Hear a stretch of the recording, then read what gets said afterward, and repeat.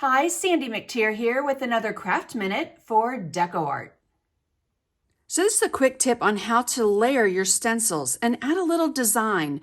So I'm going to lay another stencil right on top of this DecoArt stencil, pick up some desert turquoise, work that into my brush, wipe almost all of it off.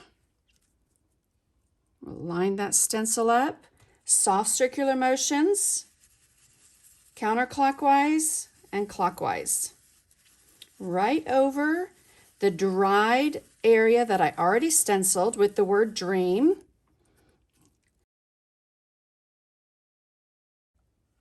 We'll move that over.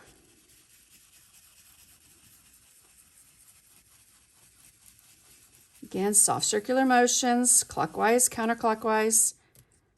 Lift that up. Here's another tip. A little bit of painter's tape to put right around your word so it doesn't get into the other areas on your stencil. And again, look how fun that dressed up those letters on that stencil.